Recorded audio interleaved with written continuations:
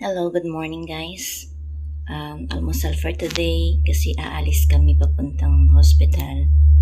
So, meron po ako sanang i-share sa inyo kasi in my whole life, ito yung alaga ko is super napaka unbelievable. Sa mga nakaraang inaalagaan kong matanda, I'm caregiver. So, inalagaan kong mga matanda, hindi ganito kasi that time bedridden, hindi makakalakad. Now, nag-alaga ako sa kanya. She was, right now, she was 93 years old. Yes, nakakahanga siya talaga guys kasi in fairness hindi siya nagde-depend sa akin lahat. Mostly, ang pinibigay ko lang sa kanya so far yung attention, like bibigyan ko siya ng food, yan, mga medicine, i-inform ko yun sa kanya nakainom na siya o hindi.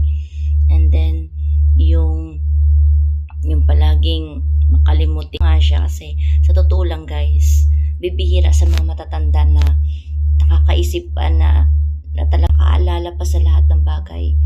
Pero mas 93 years old, talagang saan ka makakita no na yung kahit sa sisters niya is 101 this year, 101.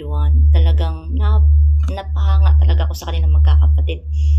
And kahit nanonood siya ng TV, yayain niya ako o tawagan mong itong number, mag-order ako ng gatas ko. Talagang sinasabi niya na ako na yung maglalaylo, hindi na ako iinom ng kape. Yan. Sabi ko, that's good for you. Sabi niya, oo, babawasan ko na yung pagkakape ko kasi every time nagkakape yan. So, pagka sinasabihan siya ng mga doktor na bawasan mo yung pag-inom ng kape kasi minsan napaka over kasi yung kape. Hindi na mas maganda sa kanya, lalo na hindi na daw siya nakakatulog sa gabi.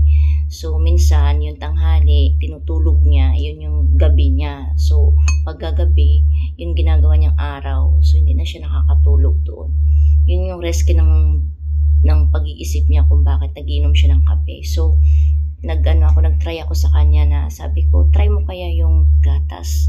Kung ano yung mas maganda sa yung gatas. Why not? Sabi kong ganun, try mo. So, nung time na yun, nung nakarang 2 days before, sabi niya sa akin, tinawag niya ako. Sabi niya, maganda to, i-order ko nga to. Sabi ko, try mo. So, tinulungan ko siya mag-order. So, nag-order din siya. So, yun, tuwang-tuwa ko. Yan, hindi na siya ngayon nagkakape. Ginagawa niya na yung gatas niya every morning and night.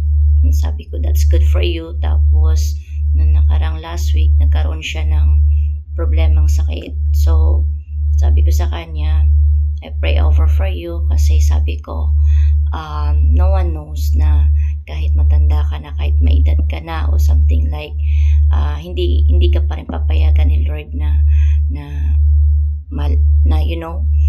yun sabi ko sa kanya, may mission ka pa sa buhay mo, marami pa yung mga apo na syempre pakaabangan mo, hindi natin alam, diba? So, tuwang-tuwa siya doon, kaya sabi ko, pagaling ka. Kasi once kasi na gagawin natin yan sa ating alaga, na palagi natin silang paalala yung mga good, positive vibes ba? Good vibes. Yung maisip nila na, ay, mas maganda pala itong nanis ko, yung caregiver ko na magbibigay sa akin, hindi kagaya ng iba na, parang walang pakialam, walang pakiramdam, bahala ka dyan sa buhay mo, yung mga ganyan. So, nakaka-amaze talaga siya. Kaya, nung isang araw, bumili siya ng gamot, yung pang sa katawan, kasi minsan nakakaramdam din ako ng gout, yung pang pananakit ng mga paa, mga arthritis, rheuma, mga ganyan ba. Kasi umidad na rin tayo eh. Sabi niya sa akin, come here, I'll give you something. Kaya nakaka-touch. Kaya sabi niya sa akin, this is for you because you are so good to me. Hindi na daw ako iba sa kanya.